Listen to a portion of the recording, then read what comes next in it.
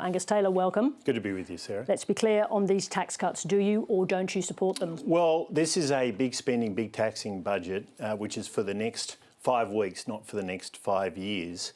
What we see in it is a promise of 70 cents a day in a year's time, which is going to do nothing to restore Australian standard of living to where it was when Labor came to power. There are better structural, fundamental solutions to the cost of living crisis. That's not what's being offered by Labor, and so we won't support what they're doing here. You do not support the tax cuts? No. Well, look, let's be clear. They are a cruel hoax. I mean, they are not a genuine tax cut. 70 cents a day, 73 cents a day in a year's time, when for a typical Australian family with a mortgage, they're paying an extra $50,000 over and above what they expected. We need a pathway back to the standard of living that Australians had when Labor came to power. That's not what's being offered by this budget. We don't get there until the end of the decade, and that's simply not good enough. Let's be clear, because the Treasurer just now described them as top-up tax cuts that went along with the previous tax relief that the government has offered during this term. So should the tax cuts have gone further? Is that what you wanted to see? Well, no, what we're further saying, and sooner? if you manage the economy, you don't see a collapse in people's standard of living. So there's no requirement for tax cuts? What we think is there is a better way to make sure we restore prosperity in this country. We get back to the standard of living that we had when we were last in power and ahead of it. And that's what Australians are used to. That's not what Labor's offering in this budget. We don't get back to the standard of living, as I said, that Australians had when Labor came to power until the end of the decade. Let's be absolutely clear. The opposition will not be offering tax cuts as part of its budget in reply, as part of its election campaign policies. That's not what I said. I said we do not support what Labor is putting forward today. We have already announced important tax cuts. We've said that small businesses should be given accelerated depreciation. Sure, but we're talking about a tax cut for every Australian. Just let's be absolutely clear. We're not talking about specific taxes related to... Sarah, can I challenge you on this? When a small business makes an investment... Sure. I'm not saying it's unimportant. That raises the prosperity of all Australians over time. That's how you get productivity. That's how you make sure we're getting ahead.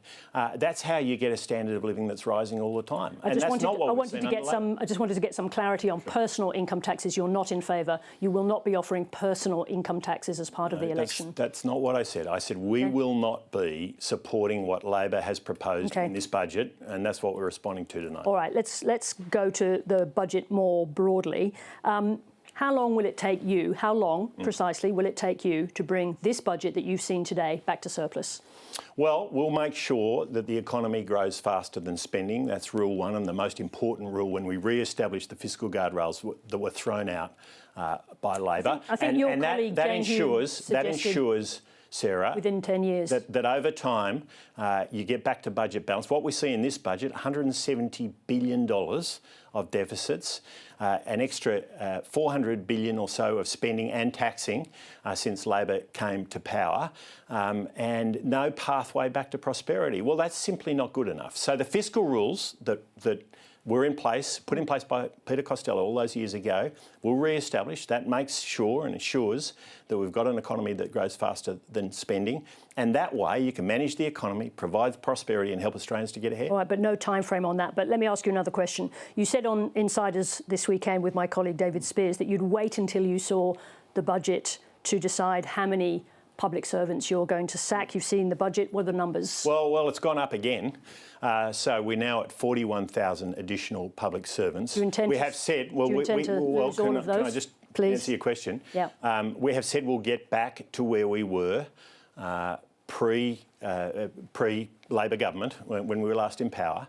And of course that was 41,000 less. So that's what we're aiming to get back to. We've seen quite a substantial increase in the numbers tonight, and of course that is adding to the costs that all Australians are having to pay, and it's one of the reasons why we've got red ink as far as the eye can see in this budget. So to be clear, you're saying that you're going to bring forward a policy that will result in 41,000 We'll be looking to get back to where we jobs. were when we were last in government. You were also waiting to see what headroom there was in the budget to determine how much the opposition can afford to spend on defence. what is the number? Well, I'm not going to preempt announcements that are going to be made over the coming weeks, including in the budget and reply. You would be able to do that? Well, I didn't say I was going to on your program tonight, Sarah. No, but you did on Sunday. So you've seen the budget now. What's the answer? I didn't say I was going to do it on your program, and I'm not going to do it on your program. And I'll leave. You said you needed to see the budget. I'll leave these announcements to the appropriate people at the appropriate time. What I will say, though, is that you will see us in the coming weeks focus on economic management, restoring our standard of living, delivering affordable, reliable energy, fixing housing supply, balancing that with immigration, and making sure that we keep Australians safe and secure in a world which is increasingly challenging. And you know, it's as uncertain a world as we have seen since World War II.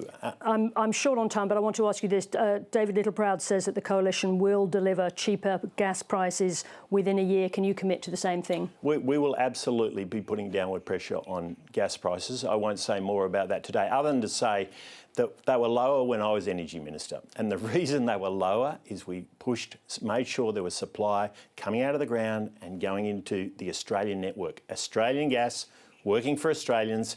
It's not complicated. This Labor government has absolutely failed to deliver that. And the problem with that is not only higher gas prices, but higher electricity prices, because the gas price plays such an important role in setting the electricity price. Thank you, Angus Taylor, very much indeed for joining us and bringing us your first response to the government's new tax policy. Thank you. Good to be with you.